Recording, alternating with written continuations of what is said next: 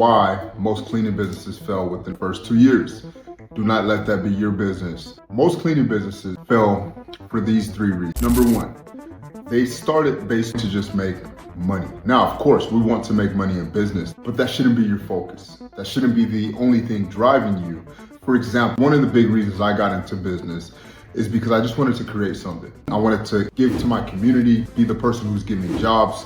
I wanted to be able to make tons of money so I can give a lot more and so I can live a much better life. So yes, the money part is extremely important, but that wasn't my driver only to make money. You can make money doing any single thing. So when I used that to fuel my business and use that to continue to grow, it allowed me to get through some tougher seasons.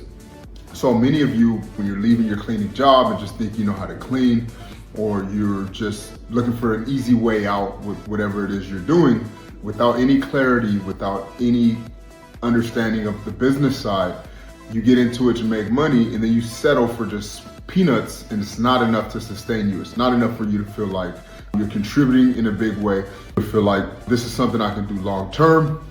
Because when your business is growing and you understand who you're serving and you're unlocking all this opportunity, that's when the excitement begins. But if you go into it just with wanting to make money, you're gonna die out quickly. And that's why within the first 2 years, majority of cleaning businesses dying out. Like even though they may not close their doors, they're already on the inside just done. The business is just no longer growing, and it never gets to a point where it grows. They hold it for a few more years, and then about at 5 years, about 90% close. So reason number one, you're not getting into it wanting to be a business owner. You're just getting into it as somebody, just like an employee. You just want to get a check. You just want to make money. It's a very poor way of thinking, and it does not work in the business world.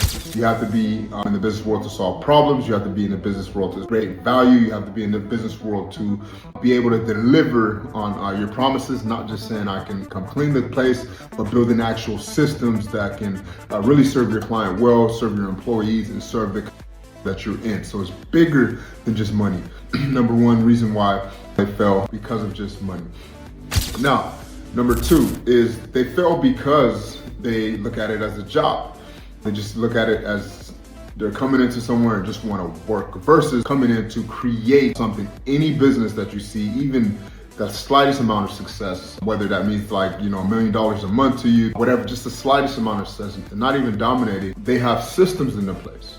They create a system where it's something that you can look at and you can respect and you can see it's working. It's just like when God created Earth here, it works. Everything works together, and it sustains and it replenishes itself. So it's the same with your business. If you can at least do a little bit of that, you'll see your business constantly growing. It's a beautiful experience because it grows without you. This world here continued to grow without God. Forgot it, but now he's still inside with us, supporting us, but he doesn't have to physically be here for this world to continue to grow and to go. So when you're not putting systems into your business and you're not creating systems from early on as possible, being able to create systems for your business to sustain itself, even as little as something as hiring someone to make calls for you, right? Very simple, and putting a framework together for them, an SOP, so they know exactly what to follow, and just setting it and kind of overseeing them or having someone oversee them. Very simple, but now at the very least, throughout the week, since you're busy, you're not making calls anymore because I got you the contracts that you have gotten to.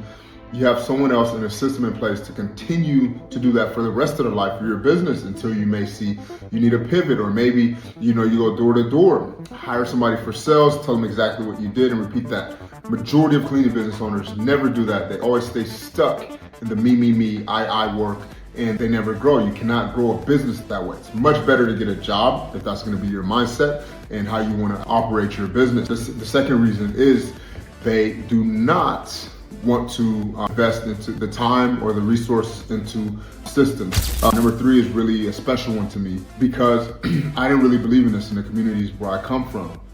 But when I started studying other very successful business owners, they've always invested into themselves, whether it was reading tons of books, in a combination of going to many events, being connected in other mastermind groups, and investing in others who can really pour into them. It took me so long to really get over that mindset, paying someone else or really following someone else and what they're telling me and thinking I can do it all along. That is a poor mindset. Nobody who thinks that way. And that's why majority of cleaning businesses, they end within 3 years, because they have a me mindset when their competitors and those who are dominating are constantly investing into themselves. They're constantly getting invested into, and they're getting the edge they need. They're getting the advantage they need, and they're getting the respect for themselves because they're willing to invest into their brand, so they don't feel uncomfortable asking someone else to pay the money to invest into their company. They can get clients because they have hired someone else to help them understand how to get clients. But also when it comes time to ask for the money, they're not someone who's so tight and so afraid to invest that it's an easy conversation to have, because that's their mindset. They've gotten out of that. Now, it did take me from little to growing. Before, 500 was like, I was afraid to invest it. Even though if I had the money, I still wanted to hold on to it. But now it just flows through me, and my companies can grow because I'm someone who's willing to exchange to get the value that I need. So I don't have any hesitation asking someone else to pay me to give them value, because I know that's just how it works. So when you stay in your own little world and you're afraid to get invested in or spend any money to grow your business, you're gonna die out, because the business just doesn't work that way. So I wanted to share those 3 reasons why businesses fell within the first 2 years. If you're still holding on by the thread, really look into this with your business. Make sure these are areas that you fixed.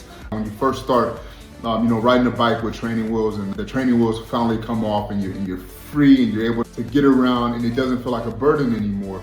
It feels like something that's enhancing your life and making a life of you and your others better. Now you can ride the bikes with your homeboys. Now you can really get out there and do some cool things. It's the same with business when you begin to take those training wheels off and continue to invest into it. So I want that for all of you. I don't want you to stay stuck and not able to do anything in your business, just be a burden, because it's better just to be an employee at that point. So if you got value out of this video, like it, subscribe to the channel. I'll continue to bring out more content related to this, so that way your business can continue to scale and eventually you start to dominate in your industry, because cleaning has tons and tons of opportunities for you. So thank you for listening. We'll see you on the next one.